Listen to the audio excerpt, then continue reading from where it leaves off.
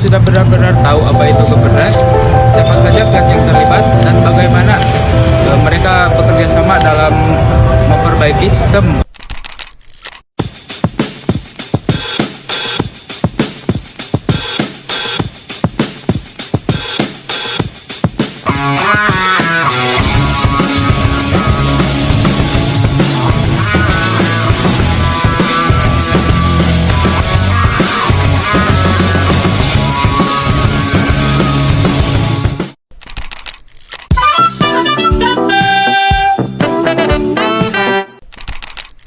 Dunia usaha tuh bagian dari ekosistem pendukung dari semua.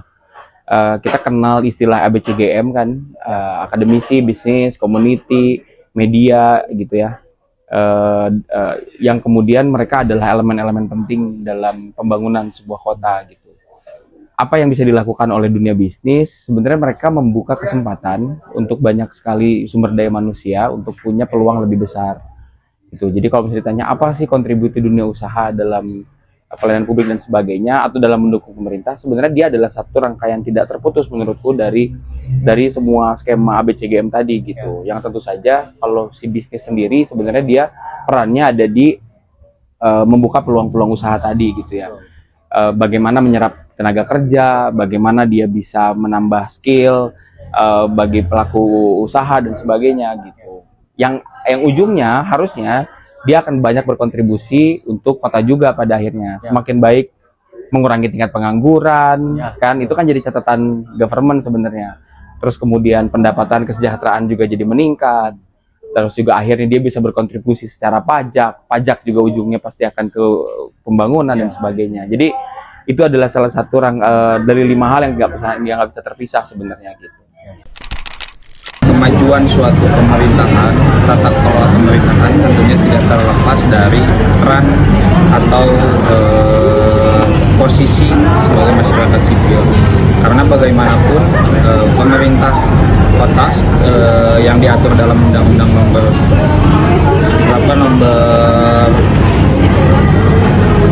25 tahun 2009 tentang pelayanan publik itu kan jelas di situ bahwa sesuai dengan undang-undang tersebut pemerintah kota ini berhak untuk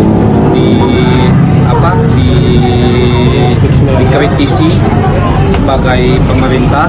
Tentunya ya kita sebagai mahasiswa, sebagai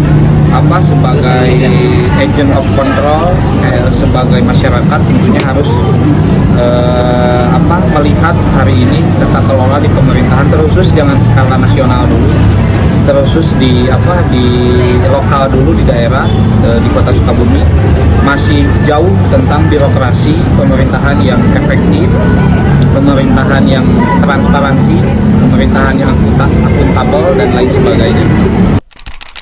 Ketika kita mengangkat isu tentang masyarakat ya, kadang pemerintah juga nggak setuju adanya pengangkatan itu, viralnya atau konfliknya itu. Makanya kita tuh sering negosiasi sama pemerintah sebelum kita publikasi yang emang benar-benar.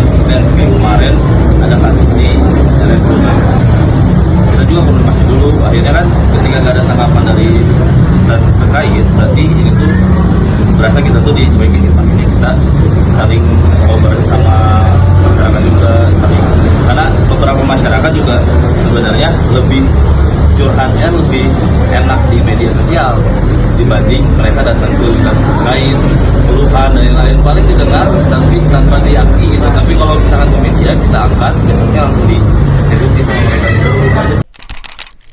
Berbicara mengenai mungkin tata kelola itu tentu berkaitan dengan good governance, yang dimana konsep dari good governance sebetulnya sudah baik, karena tentu di situ memberikan sebuah pelayanan atau memberikan sebuah layanan kepada masyarakat dengan akuntabel, transparan, lalu responsif. Namun pada fakta lapangan saat ini, khususnya di Kabupaten Sukabumi, saya belum bisa merasakan implementasi dari good governance itu sendiri, karena sebetulnya konsep yang diterapkan atau konsep yang dikembangkan dan dikemukakan mengenai good governance ini sudah baik. Namun pada implementasinya terkadang ASN-ASN-nya pun belum bisa menjadi seorang ASN yang katakanlah berintegritas. Karena permasalahan daripada good governance ini di Indonesia, khususnya mungkin saya ambil di Kabupaten Sukabumi ini, mengenai integritas pegawainya. Karena seperti halnya kalau misalkan ingin membuat sebuah kerangka atau mengimplementasikan sebuah good governance tersebut, harus dimulai daripada ASN-nya itu sendiri. Karena apabila ASN-nya tidak mengerti peran dan fungsi mereka, bagaimana mereka ingin melayani masyarakat, yang terkadang mungkin jangankan masyarakat, bahkan mungkin ASN-nya pun terkadang tidak mengerti akan konsep good governance itu kan. Secara sistem kita sudah cukup lengkap dengan punya yang namanya trias politika, pembagian kekuasaan kan, eksekutif, legislatif dan yudikatif. Jadi ini sistem yang dianggap ideal untuk menjalankan roda pemerintahan yang mengeksekusi berbagai program atau kegiatan adalah eksekutif, presiden, gubernur, bupati, wali kota. Lalu ada yang mengawasinya adalah legislatif, DPR RI, DPRD. Nanti akan ada persoalan penegakan hukum ada di yudikatif begitu. Ini secara sistem. Nah, cuman kan yang namanya sistem juga tidak selalu sempurna dalam pelaksanaan, baik dalam konteks pengawasan yang dilakukan oleh DPR atau DPRD, kadang-kadang tidak sesuai apa yang diharapkan masyarakat. Maka kita perlulah yang namanya alternatif untuk mengawasi jalannya pemerintahan yang datang dari rahim publik begitu. Nah, salah satunya adalah media atau perusahaan media lah, kalau bahasa resminya adalah perusahaan media nasional atau perusahaan berita begitu. Jadi kita hadir sebagai alternatif pengawasan untuk bagaimana mengontrol jalannya roda pemerintahan agar berjalan sesuai yang seharusnya, sesuai aspirasi masyarakat, sesuai aturan perundang-undangan. Jadi kita hadir untuk mengontrol itu perannya. Nah, dalam teknisnya kan karena kita hadir sebagai pengontrol, maka apapun kebijakan yang dilakukan oleh pemerintah, kita punya kewajiban untuk terus mempelajari, menganalisis apa yang kurang kita kritik, apa yang mungkin telah baik, ya itu memang sewajarnya dilakukan pemerintah. Apresiasi boleh dilakukan begitu, tetapi yang paling penting adalah kita memastikan pemerintah berjalan sesuai dengan aturan lainnya. Betul tadi ya, kita kaitannya dengan reformasi lah ya, dengan reformasi birokrasi yang salah satunya adalah mengikis habis seperti itu. Jangan adanya ketidakadilan, harus adil seperti itu. Terus juga harus ada yang namanya transparansi.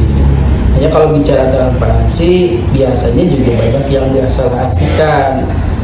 Jadi salah transparansi itu terbuka semuanya. Padahal juga ada rahasia-rahasia yang tidak boleh dibuka sepenuhnya kalau bicara tentang transparansi. Terus akuntabilitas juga, ini juga adalah cukup penting kalau bicara tentang akuntabilitas. Karena bagaimana juga kalau kita bicara pelayanan publik, tata kelola, itu harus ada pertanggungjawabannya. Siapa yang bertanggung jawab? Ketika misalkan ada pelayanan yang salah, siapa yang bertanggung jawab? Tentunya kan harus ada penanggung jawab.